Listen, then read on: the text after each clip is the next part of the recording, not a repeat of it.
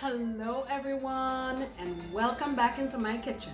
Come on, let's make this recipe. Alright guys, so what I have here today is a pork rib roast, and it was very inexpensive at my local grocery store. It was less than $4. I mean, I could not leave it at that price. I forgot to look at the sticker to say exactly how much it weighs, but I would say this is about 3 pounds of meat, taking into account the bone.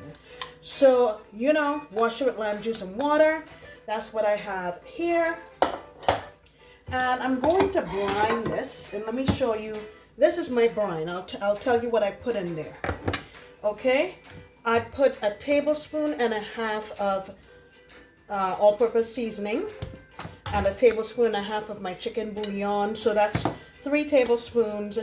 And if you just wanted to use salt, you could, but I want to use this.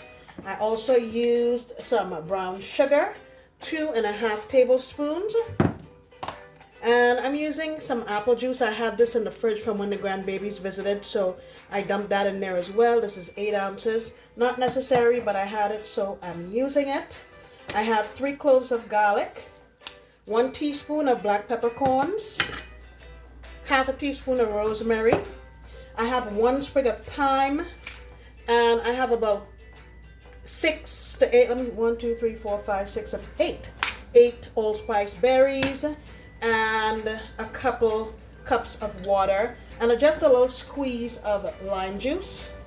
And I put that on my stove, let it come up to temperature, let it heat up properly, and then I cooled it off. So that's what's in here. And this is an experiment. I purchased these black limes for a recipe, a Middle Eastern recipe, and it gives really nice zesty citrus flavor. I believe these are just limes that were sun-dried. So I'm gonna try to see what it tastes like in this recipe.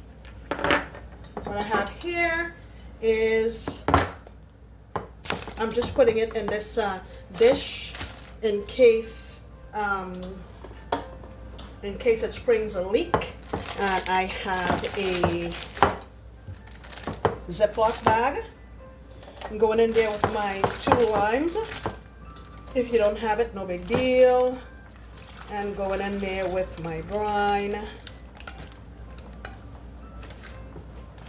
I did say a sprig of thyme, didn't I? I think I did. All right. Just gonna close this up and try to get as much of the air out of it as I can. Zip it up.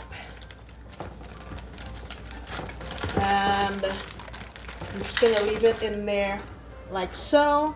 And I will flip it over at some point in the marination process. And I do this overnight, and then tomorrow we will make this. Alright guys, so it's now the next day. I have my pork roast here, and I have drained it, rinsed it a little bit, and I took a paper towel, and I just want to get it as dry as possible. Okay, now I have some oil here. I'm just going to get some, this is just vegetable oil on each side. And I'm just going to put a little bit of a dry rub. I have some paprika. Just sprinkle it on here, nothing fancy. I'm going to do the same thing with some garlic powder. And I'm going to do it on the sides also.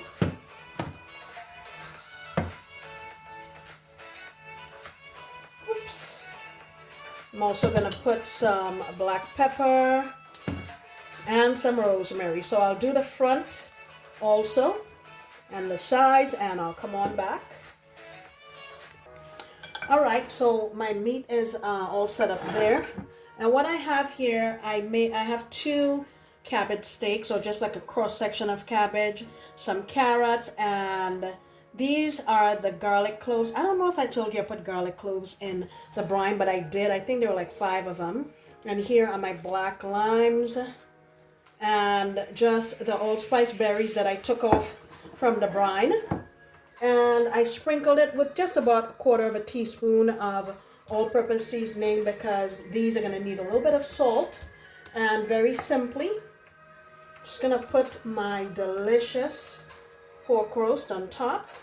I have my oven preheated 350 degrees, and the general rule of thumb is to cook it for 20 minutes for each pound. This is about 3-ish pounds, so I'm gonna say this will go for an hour at 350 degrees. Now, if you have an instant read thermometer, you can use that just to see and make sure that it's at 145, but this has been brined, and I'm pretty sure that after 60 minutes it'll be ready, okay?